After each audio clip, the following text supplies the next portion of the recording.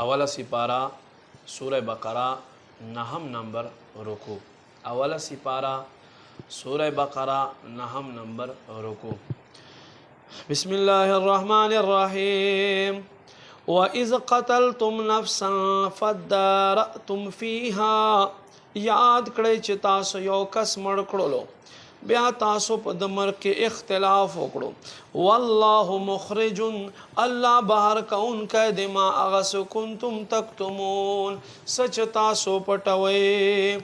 فقلنا اضربوه ببعضها پس مونږ ورته ووې د دې بعضې په حصې د غوا سره ووهئ. کذالک دک سرنګ یحیی الله الموتى الله مړي ژوندي کوي. ویریکم آیاته او تاسو تخپل نخې ښایي لعلکم تعقلون لپاره د دې چې تاسو عقل وال شئ.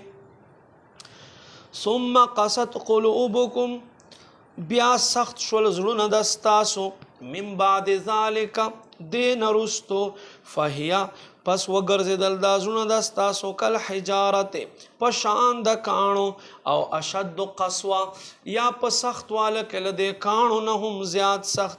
وان من الحجارت او بېشک دې کاڼو نه بعضې کاڼي دي لما يتفجر اغه چې راتویږي بهیږي منه الانهار له دې نه نهرونه.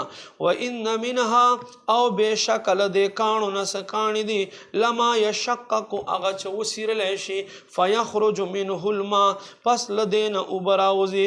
وان منها او بېشک له دې کاڼو نه څه داسې کاڼي دي لما یحبط من خشیة الله اغه چې راپرېوځي د الله د یرې نه.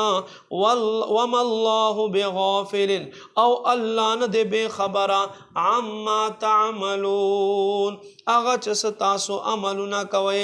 افتطمعون آیا تاسو تمه لرئ ان یؤمنوا لکم چې دوی بس تاسو د پاره ایمان راوړي. وقد کان فریق او دی بېشک یو جماعت منهم له دوی نه یسمعون چې اوري کلام الله الله خبره الله کلام ثم یحرفونه بیا یې بدلوي من بعد رستو ما هغه څه عقلوه چې دوی پې پوهه شوي وهم یعلمون په داسې حال کې چې دوی پوهه لري. وَإِذَا لَقُوا الَّذِينَ آمَنُوا هر کله چې دوی ملاقات کوي او خلکو سره چې ایمان والدي قالوا آمنا دوی ورته وایي مونږ ایمان راوړی دی.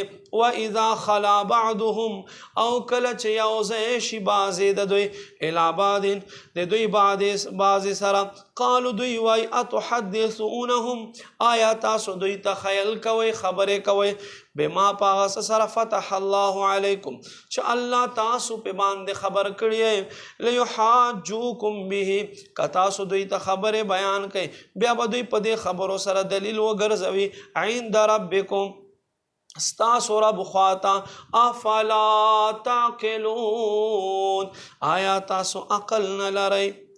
اولا یعلمون آیا دوی علم نه لري ان الله بېشک الله یعلم پوهه دی علم لري ما هغه څه یسرون چې دوی پټوي وما یعلنون او هغه څه چې دوی ښایي.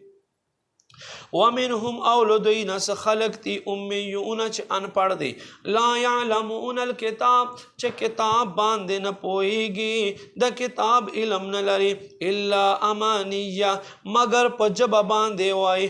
وانهم او دوی نه دي الا یظنون مگر خالص ګمان کوونکي. د اول سپاره نصف مکمل شو. فویل پس ہلاکت للذین او خلق لرا یکتبون الکتاب چې لیکل کوي الله په کتاب کې بی ایدیهم پلاسونو خپلو سره ثم یقولون بیا رستو ای هذا من عند الله دا الله کلام دی لیشترو به ثمنا قلیلا لپاره د دې چې د دنیا نیمګړی مال په باندې والی. فویل لهم پس ہلاکت ورکتی اغو خلق لرا مما اغسن کتبت ایدیهم چې د دوی لاسونو لیکل وکړل وویل لهم او هلاکت دوی لرا مما اغسن یکسبون چې څه دوی کسب کوي وقالو او د یهودیانو ویل لن تمسنا النارو